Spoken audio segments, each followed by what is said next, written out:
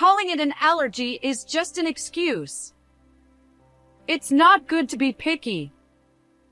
Maybe it's because your parents didn't properly deal with your allergies when you were young, right? With a sneer, my mother-in-law mocked my sister, glancing back and forth between my father and me. Then, as if suddenly remembering something, she exclaimed in an exaggerated voice, "Oh! She's not great at cooking or cleaning either. Perhaps she wasn't properly taught those things." She looked at my sister's husband, seeking agreement, and added, "She's got a cute face, but it's a shame about those other things, isn't it?" My sister's husband smirked, too. But they won't be laughing for long. After all, they're going to lose everything for making us angry. My name is Nancy. I'm 28 years old, single, and living alone. I'm a dedicated company employee.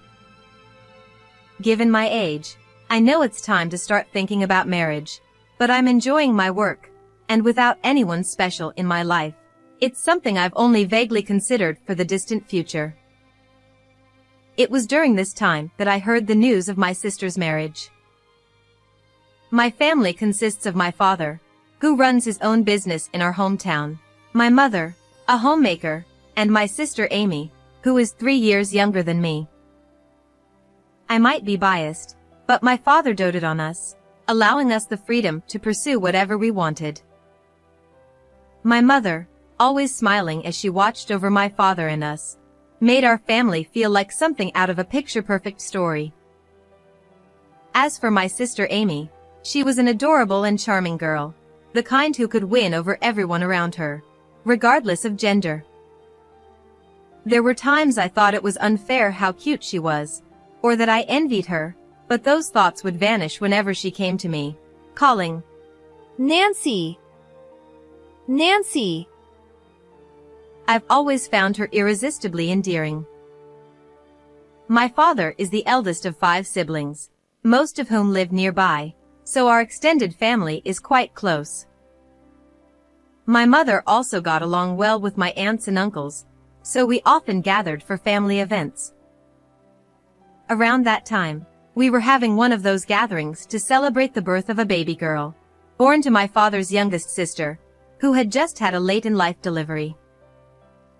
Although she's technically my aunt, she's only about 10 years older than me, more like an older sister.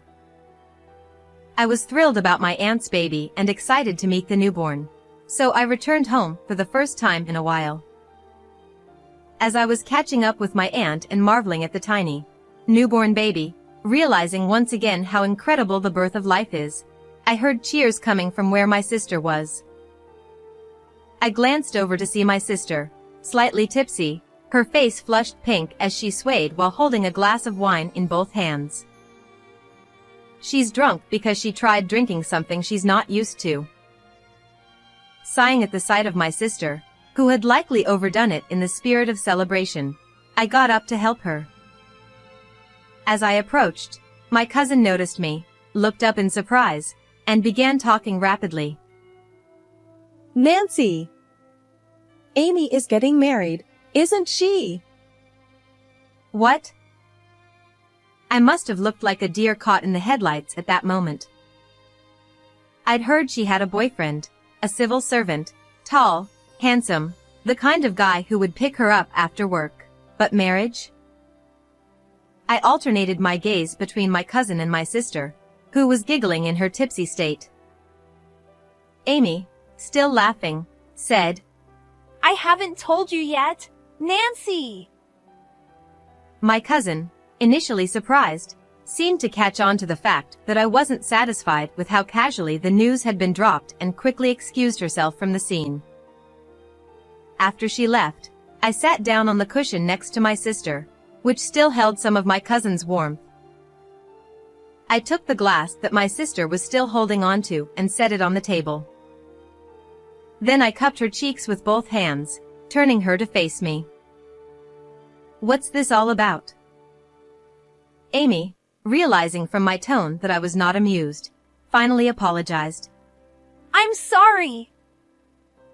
As I questioned her further, she confessed that she had asked our parents to keep it a secret from me because she wanted to tell me in person. Since I was home for the first time in a while, she had planned to tell me this time, but the moment never seemed right, and before she knew it, she got drunk and spilled the news to our cousin in the happy atmosphere. As I listened, I couldn't help but think how typical it was of my sister to bungle a surprise like this, yet it was also part of her charm. By the time she finished explaining, I no longer cared that she'd kept it a secret. In fact, I decided to tell everyone, including the part about how it was supposed to be a secret. Our relatives just laughed, saying that's exactly what we'd expect from Amy. There's one more thing I haven't told you, Nancy. There's more? I can't imagine what else it could be. I encouraged her to go on in a gentle voice, and she seemed to relax as she continued. When we get married, I'll be moving in with Jason's family, so I have to move out by next month. Jason is my sister's boyfriend. Well, husband now. The suddenness of it all made my eyes widen in surprise. You're going to live with his parents? Are you sure that's okay? Amy smiled and reassured me that she had met them several times and that they were really wonderful people. With her marriage announcement and the news that she wouldn't be able to visit home as often, the atmosphere that night was festive and lively. That conversation took place at the beginning of last month. So, she must have moved by now. I thought I should call her soon to check in, but just then, my phone rang. It was just before midnight. Wondering who it could be at this hour, I looked at the screen and saw Amy displayed. What timing, I thought, as I tapped the call button. Hello? I answered, and immediately froze. Before she could speak, I could hear my sister sniffing, and it was clear she had been crying. Nancy? Sorry to call you out of the blue. Her voice wavered slightly, as if she was trying to hide the fact that she had been crying. Even through the phone, I could tell she was trying to sound cheerful. It's totally fine. Did something happen? I tried to keep my tone casual, not wanting to make her feel more stressed. Actually, I'm at the hospital right now. She couldn't hold back any longer and started to cry. The hospital? Why? Is her husband with her? I had so many questions, but I held back and just listened. I was brought in as an emergency. I hate to ask, but could you come pick me up? Why me and not her husband or in-laws? I wondered, but quickly realized there must be a reason. I asked for the name of the hospital, told her I'd be there soon, and ended the call. Since it was late at night, I arrived at the hospital more quickly than I expected. My sister was sitting quietly on a chair in the hospital lobby. I rushed over to her immediately. Up close, she looked much thinner than she had a month ago, and her face was pale, showing clear signs of exhaustion. I sat down beside her and gently asked if she was okay. I'm sorry for calling you so late. I'm feeling better now. That's good. But what happened? Why were you rushed to the hospital? She didn't seem to have any major injuries, so I wanted to understand what had happened. Her next words made me doubt my ears.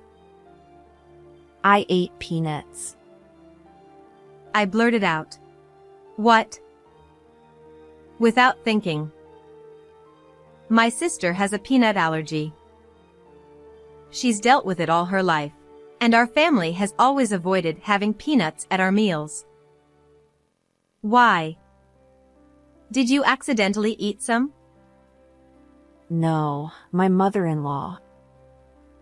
My mind went blank.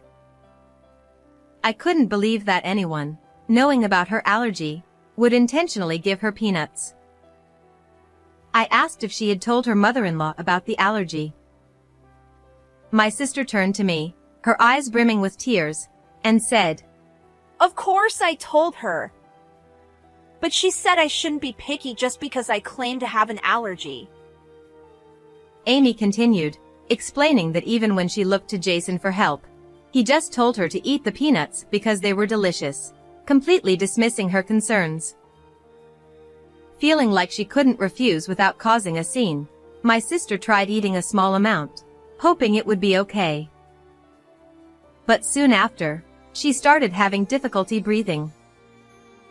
When she asked to be taken to the hospital, no one listened, so she ended up calling an ambulance herself. My mother-in-law even said, Are you trying to make me look like the bad guy by exaggerating your symptoms? So, I decided that I don't want to go back to that house anymore. That's why I called you, Nancy. I'm sorry. As my sister apologized through her tears, I took her hand and reassured her. It's okay. But even as I held her hand, I could feel my own shaking with anger. For now, let's go back to my place, okay? Yes. Thank you, sis.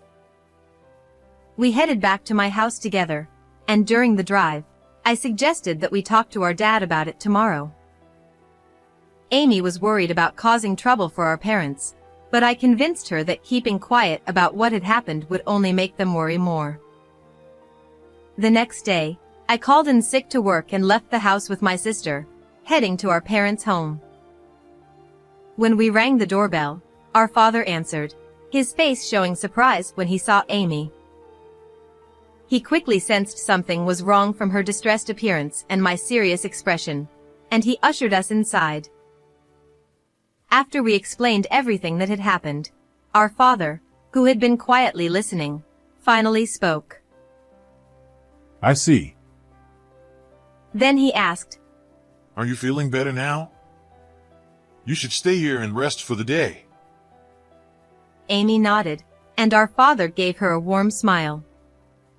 Then he turned to me and said, Nancy, I need to talk to you. He asked me, Are you off today? Yes. I replied. He explained that he wanted me to come with him to Amy's in-laws' house to pick up her things. Since there were personal items that only another woman should handle, he needed my help. I immediately agreed to go with him. Seeing the worried look on Amy's face, I reassured her. Don't worry, Amy. Just take it easy. You didn't look too well yesterday either, so relax and eat some of Mom's cooking, okay?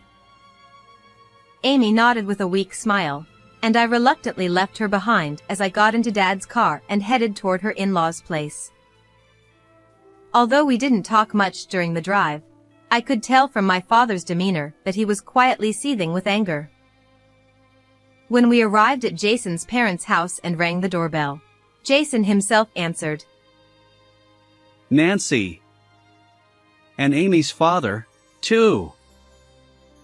He looked just like I remembered from the one time I'd met him before, a smiling young man who seemed polite and friendly.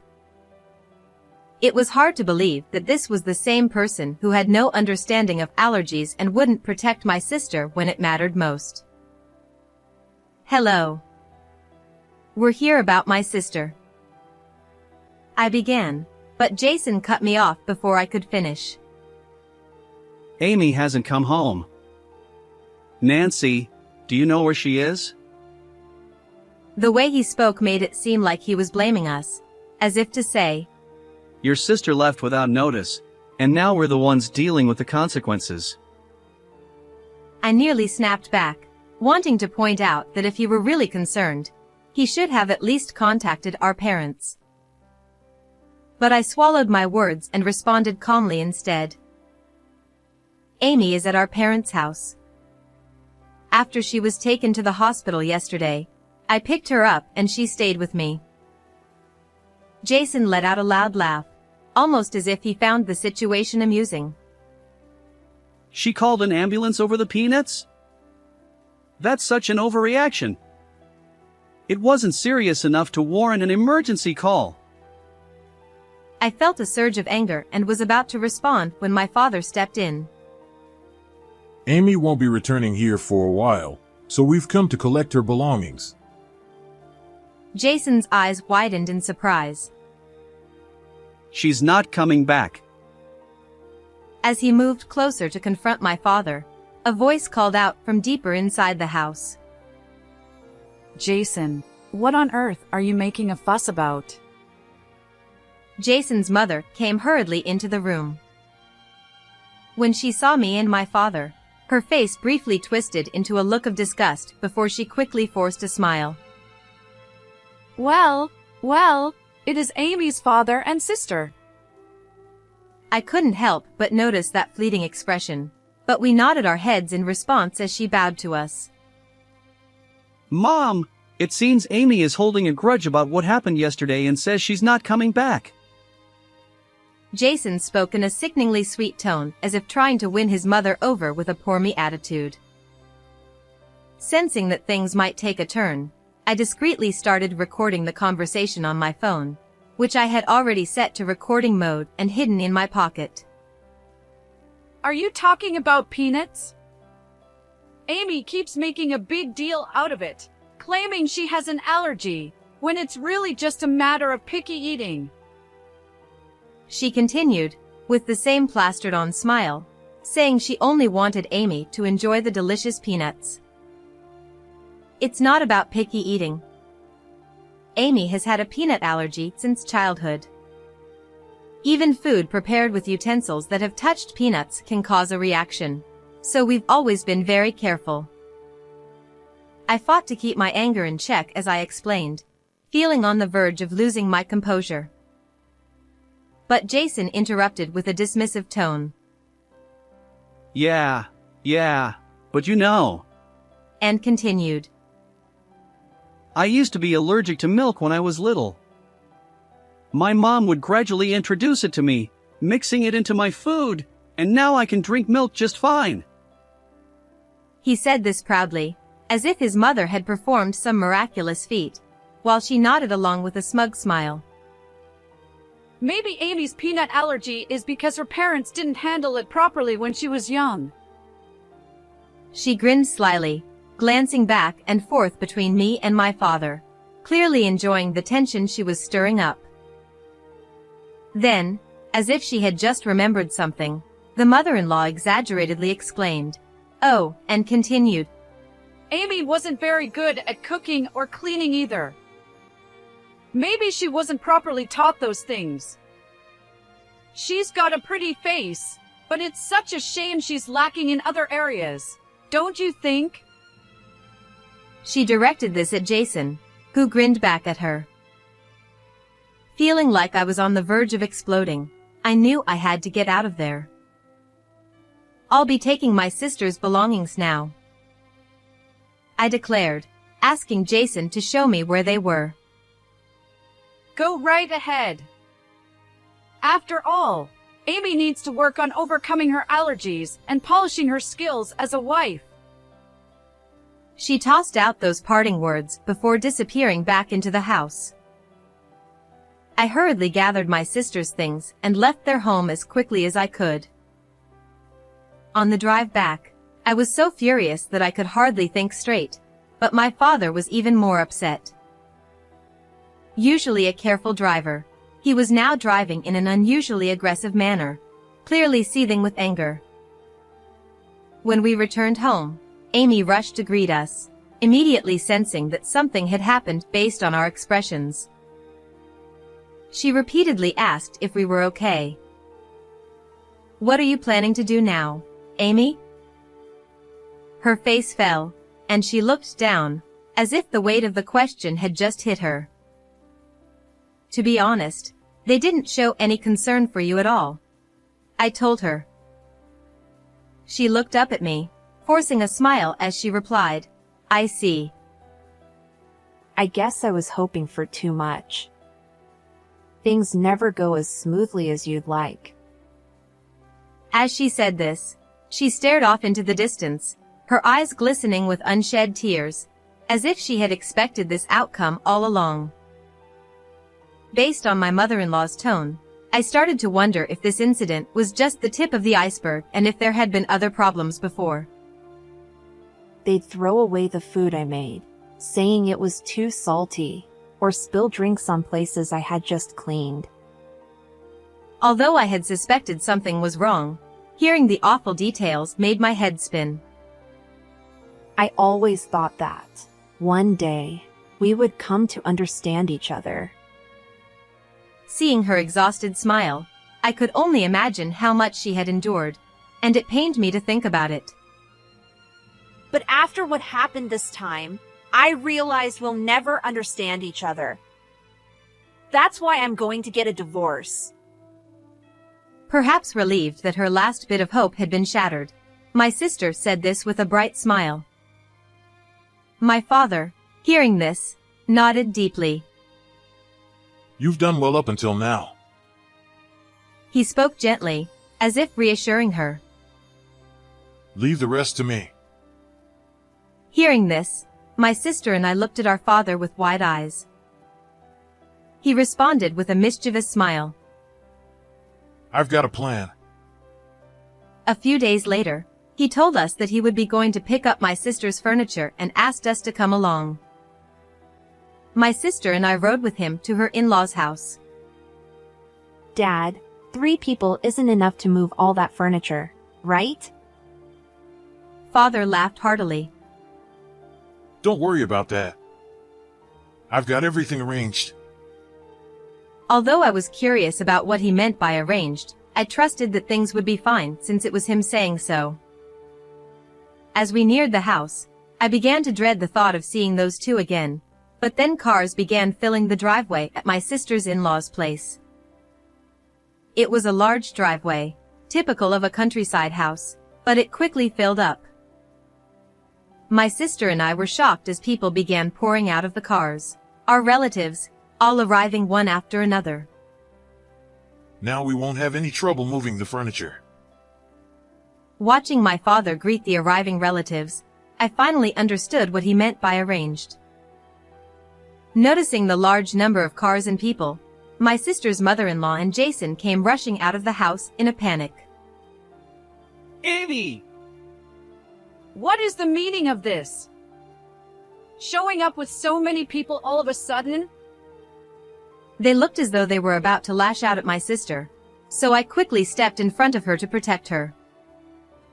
Then, my father stepped in front of me, and with a smile, said to them, Thank you for everything. My daughter has decided to divorce, so we're here to collect her belongings. At my father's words, my mother-in-law frowned. Divorce? I haven't heard anything about that. And we already packed up Amy's things recently, didn't we? Despite the tense atmosphere, my father continued with the same cheerful smile. Most of the furniture here is from when my daughter lived alone. Since it's furniture, I brought about 23 of our relatives along. With that, he turned to the nearby relatives. All right, I'm counting on you. The relatives began streaming into the house. Jason, perhaps trying to stop them, went inside with them. That left just me, my sister, my father, my mother-in-law, and 2 others outside. First, this is our lawyer, and she's my daughter's cousin. Cousin? What does she have to do with this? Mother-in-law looked up and down at the cousin and scoffed. And she's just kid. Indeed, one of the cousins was still a university student. As I wondered why the cousins were here, one of them spoke up. I'm studying law at university. After hearing what my uncle said and listening to Nancy's recorded statements, I came because your comments could potentially be criminal. The cousin stated calmly. It was true that the cousin was quite intelligent and was studying law at university. Forcing someone to eat something while knowing they have an allergy is highly criminal. Mother-in-law laughed derisively. You're just a student, aren't you? What do you know about this? She said this while covering her smirking mouth with her hand. The cousin seemed unaffected by the mother-in-law's comments and continued as if nothing had changed. I expected you to say that, so I brought a lawyer. We have a professional here, not just an amateur. The mother-in-law, perhaps forgetting that the lawyer had already been mentioned, finally looked at the lawyer. This case can also include a claim for damages. Of course, the divorce can be finalized. Upon hearing this, the mother-in-law's face turned pale as she seemed to finally grasp the situation. She rushed over to my sister and grabbed her hand. Amy! You wouldn't really go through with the divorce, would you? I've been so worried since you collapsed. Let go of me! My sister interrupted the mother-in-law and wrenched her hand free. It was rare to see my usually smiling sister glare at her like that. When I collapsed, not a single person was concerned. You all continued your meal as if I wasn't there. I will be going through with the divorce, and I will be claiming damages.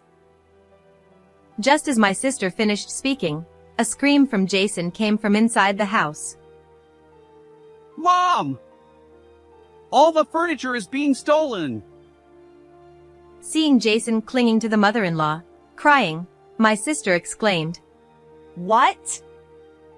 Stolen? You're the one who had everything moved here under the pretense that you needed it. Those were my belongings that I paid for. As Jason tried to retort, the mother-in-law stopped him by grabbing his arm and whispered to him that the lawyer was present, which I overheard. Thanks to the relatives' efficient work, the furniture was quickly moved out. My father thanked the relatives and then turned to the pale-faced mother-in-law and Jason. It seems all the belongings have been collected. We'll handle any further communication through our lawyer. He started to push my sister and me toward the exit but turned back as if he had just remembered something. I've heard of cases where people have been forced to eat things they're allergic to and have died. I'm glad that didn't happen to your son when he was young.